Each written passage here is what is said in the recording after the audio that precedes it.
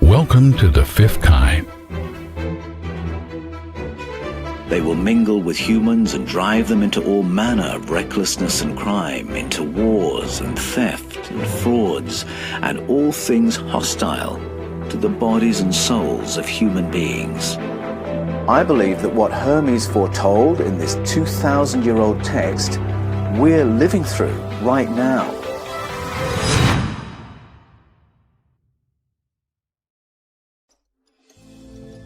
Do you know, Asclepius, that Egypt is an image of the heavens? Or to speak more exactly, in Egypt, all the operations of the powers which rule and work in the heavens are present in the earth below. In fact, it should be said that the whole universe exists in this our land as in a sanctuary. And yet, since it is fitting that wise men should have knowledge of all events before they come to pass, you must not be left in ignorance of what I will now tell you. There will come a time when it will have been in vain that Egyptians have aspired to the ways of higher beings in heartfelt piety and service. All our holy worship will become powerless and pointless. The higher beings will return to the heavens. Egypt will be left and forgotten, and the land desolate, with not one of the ancient deities remaining.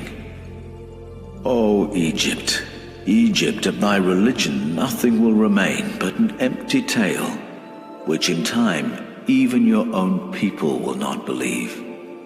Nothing will be left but words engraved on stone, and only the stones will speak of your piety. And in that day, people will be tired of life, and they will cease to think of the universe as something worthy of reverence and wonder. People will no longer love the world around them, this incomparable work of the Creator, this glorious structure, this totality of good comprising so many diverse forms, this instrument through which the Creator operates in everything He has made, freely favoring human welfare. This combination and accumulation of all the manifold things that call forth the veneration, praise, and love of the beholder. Darkness will be preferred to light, and death will be thought more profitable than life. No one will raise their eyes to the heavens.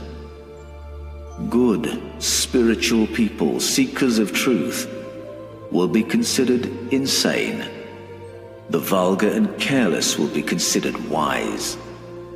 The madman will be thought a strong man, and the wicked will be held up as good. As for the soul, and the belief that we are immortal beings, or that we may hope to attain to immortality, as I have taught you, people will consider it a joke, and even convince themselves that it is false. No word of reverence or piety, no utterance worthy of heaven, will be heard or believed. And so the higher beings will depart from mankind, a grievous thing. Only those who bring evil messages will remain. They will mingle with humans and push them towards all kinds of recklessness and crime, into wars and theft and frauds, and all things hostile to the bodies and souls of human beings. Then will the earth tremble and the sea bear no ships. Heaven will not support the stars in their orbits. All voices of the gods will be forced into silence. The fruits of the earth will rot, the soil will turn barren, and the very air will sicken with sullen stagnation. All things will be disordered and out of kilter. All good will disappear. But when all this has befallen, Asclepius, then the Creator of all things will look on that which has come to pass, and will put an end to the disorder by the power of his will. And his will is everything good. He will call back to the right path those who have strayed. He will cleanse the world of evil, washing it away with floods, burning it out with the fiercest fire, and expelling it with war and pestilence. And thus he will restore the world to its former beauty, so that the universe will once more be deemed worthy of wonder and reverence. And the source, the creator and maintainer of the mighty fabric of the universe, will be loved by the people of that time.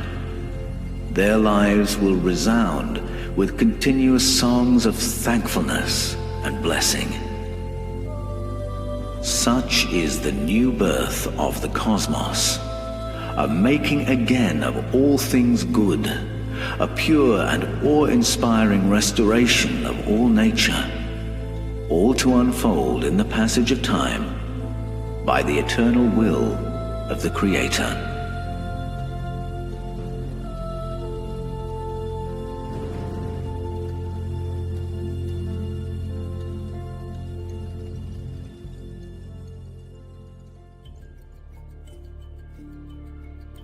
This prophetic statement from the dialogue of Hermes with Asclepius speaks of a great forgetting, a great confusion, and a final restoration.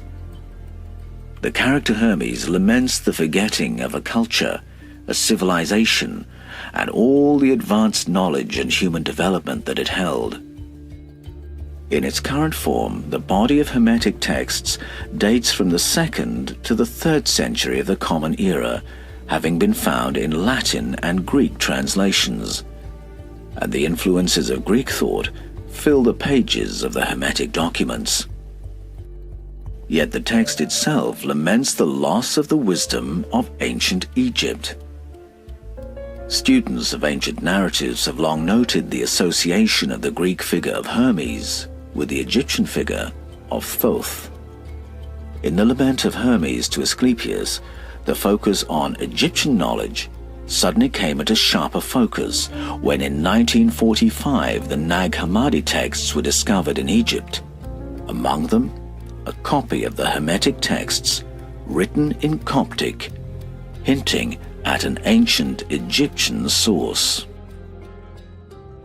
When I was a boy, my dad took me to visit Egypt. And when you stand in front of the ancient hieroglyphs and look at the writing that's been etched into the walls, the sense of loss is profound. What have we forgotten? Who are these deities depicted as human hybrids? And who are these people so much bigger than the regular human beings who are giving all their service and labor to them? And how is it that the knowledge of what is being portrayed in those texts and images became lost? It's also an open secret in Egypt that technology has been found, and it's precisely engineered metal technology from what's called pre-dynastic Egypt. So this vague name is given because we know next to nothing about this pre-dynastic civilization. We don't know what their technology is or what it does. Hermes' lament foretold the time of that forgetting. And he talked about the time when these mute words carved into walls would be all that would remain of ancient Egypt's knowledge of contact with higher beings and what all that meant. The lament of Hermes proved to be prophetic. For centuries, the engraved words in the halls of ancient Egypt remained a closed book, unintelligible to a later civilization. But how does that happen? How is the advanced knowledge of an entire civilization extinguished? In the year 30 BCE, the last pharaoh died, and that was the great Queen Cleopatra. The Egyptian Empire had been subsumed into the Roman Empire, and so dynastic Egypt was at an end.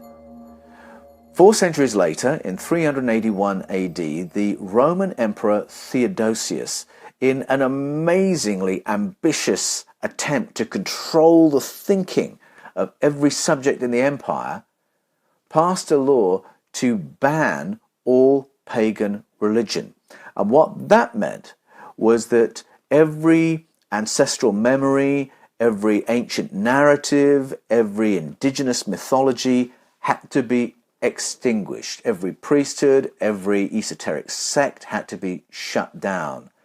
And so whatever remained of the Egyptian priesthood, and that was the body of people who knew how to decode the hieroglyphs and those glyphs carved into stone, was lost. The key to their translation went with them.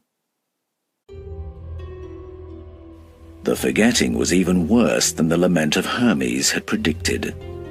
Without the translation key, even the engraved stones could no longer speak their ancient messages. Until the 19th century of the Common Era, with the discovery of the Rosetta Stone, the stones of Egypt remained a closed mystery. Cultural knowledge is often lost in times of invasion and colonization, and it's often done quite deliberately. The power to control information, the power to control the media, the power to inform the people of what's going on and how they must think, has to reside with the colonizers, the conquerors. If you think about ISIS destroying every cultural site they take hold of, that would be an example. Or if you think of the conquistadores when they arrived in South America in the 1400s, they deliberately extinguished all the ancient narratives. They burned the ancient texts and they executed the priesthoods that they found there. So there's a very, very deliberate extinguishing of previous knowledge, the knowledge of previous civilizations, and that is how ancient knowledge gets lost. Under Greek rule, Egypt moved her capital from Memphis to Alexandria, and at the command of King Ptolemy, a museum was built, a world library, to gather together every text and volume that would expand the consciousness and understanding of human society. Then, approximately 2,000 years ago, in the course of a Roman invasion, the entire museum was engulfed in a dramatic fire.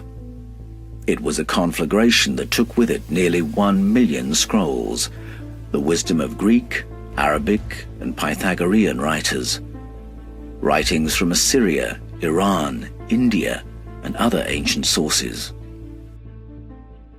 Among its million volumes, the museum had contained the works of Eratosthenes. Now, he was a curator of the museum. His friends knew him as Beta. Beta was an amazing scholar, and he had written works that had calculated the circumference of planet Earth. He'd devised a system for mapping latitude and longitude, which had never been done before. He'd calculated Earth's tilt on its axis, as well as managed to work out our distance from the sun. All his work, along with all the poetry and astronomy, geology, medicine, physics, engineering, was destroyed. And the Greek-Roman historian Plutarch tells us how. He reports how in 47 BCE, Julius Caesar had arrived with the Roman army and invaded, and it resulted in a fire that destroyed the building. Now, bear in mind that the loss of this ancient body of knowledge meant that more than 1.5 millennia later, after the time of Beta, had described all the properties of planet Earth in such amazing detail, there were people and cultures all around the world who believed the planet to be flat. And that is a dramatic example of how the knowledge of the ancients can be lost. Throughout history, invasion and conquest have often occasioned the destruction of ancestral and indigenous knowledge. Egypt suffered a succession of invasions and annexations by the Persians, the Greeks, and then the Romans. As the monotheistic religions became anchored to the powers of empire in the East and West, so it was that indigenous narratives and wisdom traditions became suppressed. The influence of writers like Socrates and Plato, important writers whose own understanding had plumbed the sources of ancient Egypt, was excised from the mainstream of Christianity. Church fathers who had drawn on their wisdom found themselves sidelined and excommunicated. The Hermetic texts, though popular for a long time among early Christians, became regarded as subversive and dangerous. Yet their influence continued to inform the thinking of mystics and scholars down the ages. Writing in the 4th century BCE, the Greek philosopher Plato openly stated that while many of his conclusions were reached purely by applying logic to things we can all observe, he had reached other significant conclusions, things he believed but could not prove. The source of that information, Plato said, was ancestral memory, specifically the priestly knowledge of ancient Egypt. Like Hermes in the dialogue with Asclepius, Plato was eager to keep what remained of ancient Egyptian wisdom alive. It's in that context that Plato reports that he has concluded that there are other entities occupying our universe, beings similar to ourselves, who reside on what he describes as islands in the sky. And he said that these beings live longer than we do, they're more highly intelligent than we are, and their understanding of the universe and what we would call outer space is far more advanced than our own. And though he said he couldn't prove it, Plato wanted to mark that knowledge on the wall. The notion of a more populated universe or of higher beings were ideas that Plato did not want to see forgotten. In the 1500s, from Naples, Italy, another student of the Hermetic texts emerged in the Dominican friar Giordano Bruno. Bruno's study of the Hermetic texts led him to some far-reaching conclusions.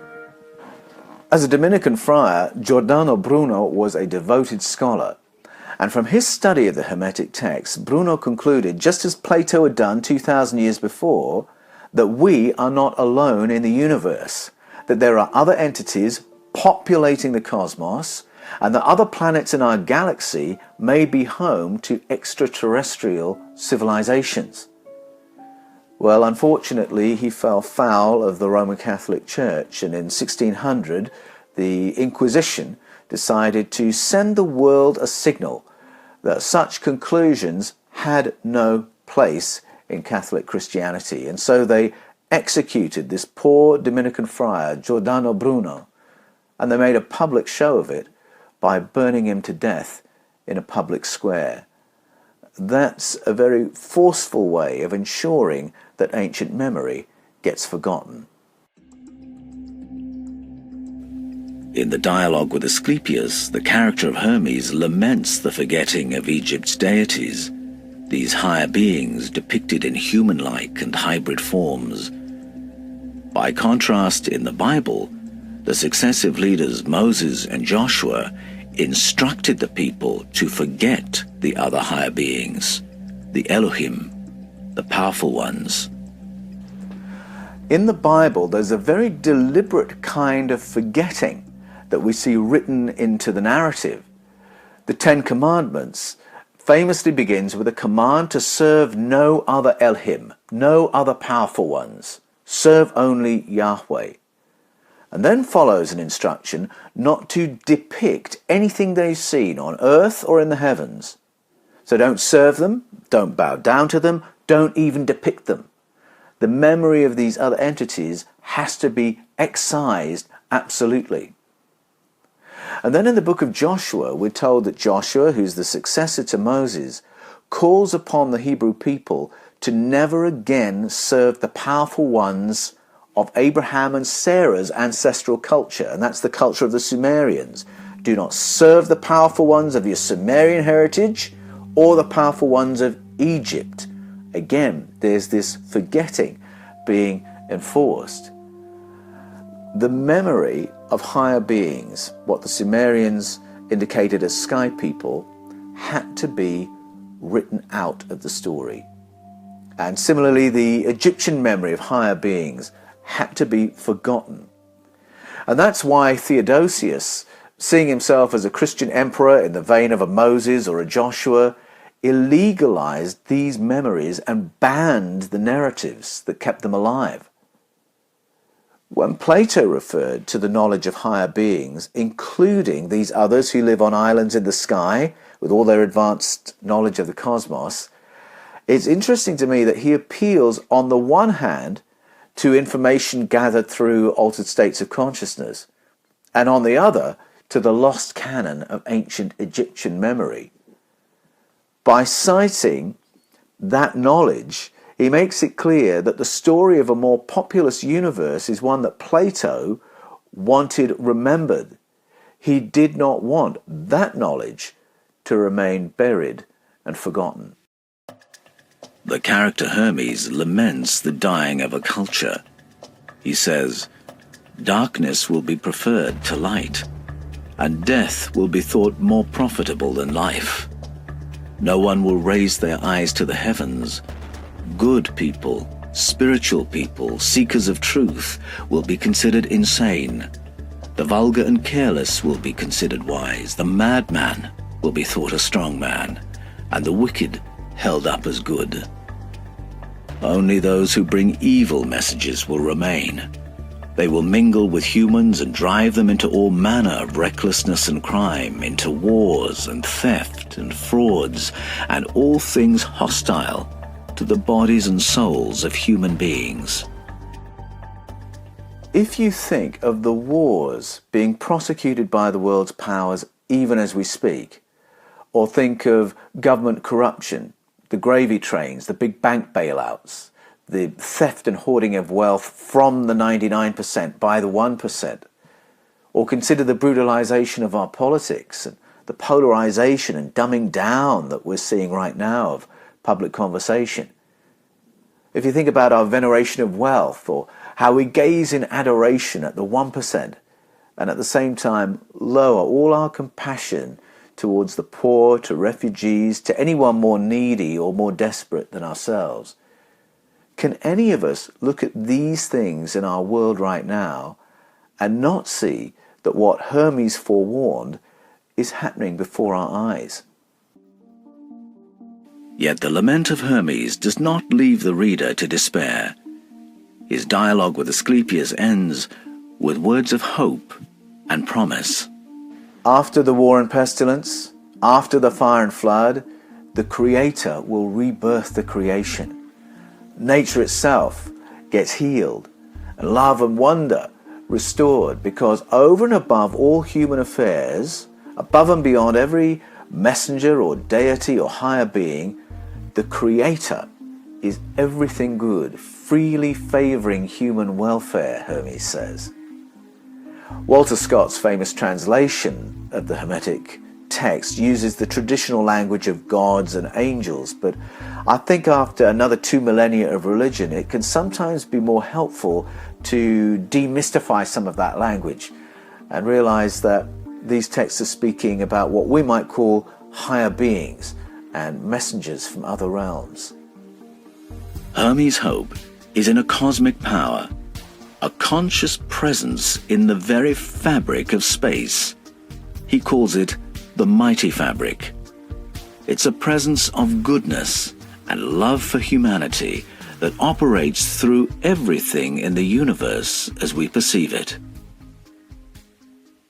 When the character Hermes speaks of Egypt, he is lamenting the loss of ancient Egyptian knowledge of our world and the universe, and the order, harmony, and spirituality that he saw as emanating from it.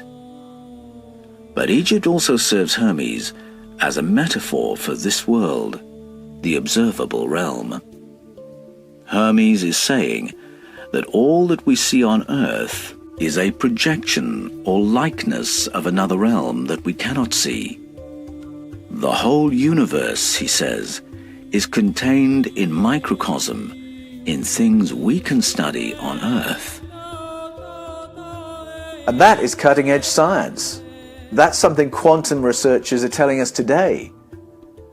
But Hermes is absolutely confident that if we will study and remember and listen to the almost lost notes of ancestral memory, that presence of goodness, which freely favors the welfare of human beings, will re-emerge and reorder how we live together on planet Earth. In the words of Hermes to Asclepius, such is the new birth of the cosmos, a making again of all things good, a pure and awe-inspiring restoration of all nature, all to unfold in the passage of time by the eternal will of the Creator.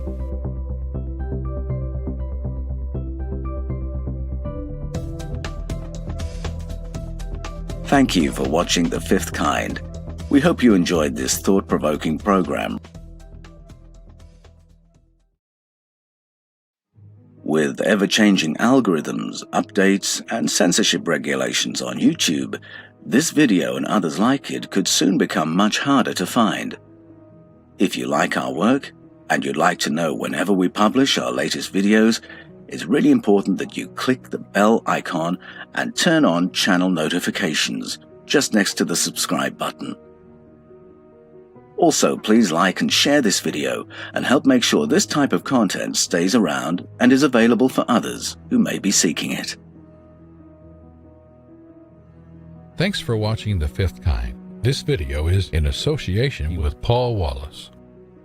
Author and researcher Paul Wallace probes the world's ancient mythologies for clues about the origins of the human race, and has published several books in the field of mysticism and spirituality. In the last decade, his work has probed the world's ancient mythologies for the insights they hold on our origins as a species and our potential as human beings. Paul's work in church ministry has included training pastors in the interpretation of biblical texts, working as a troubleshooter for communities of faith, and serving as an archdeacon in the Anglican Church in Australia. His background as a senior churchman makes it all the more surprising that Paul's latest book argues that human origins lie in our prehistoric contact with extraterrestrial species.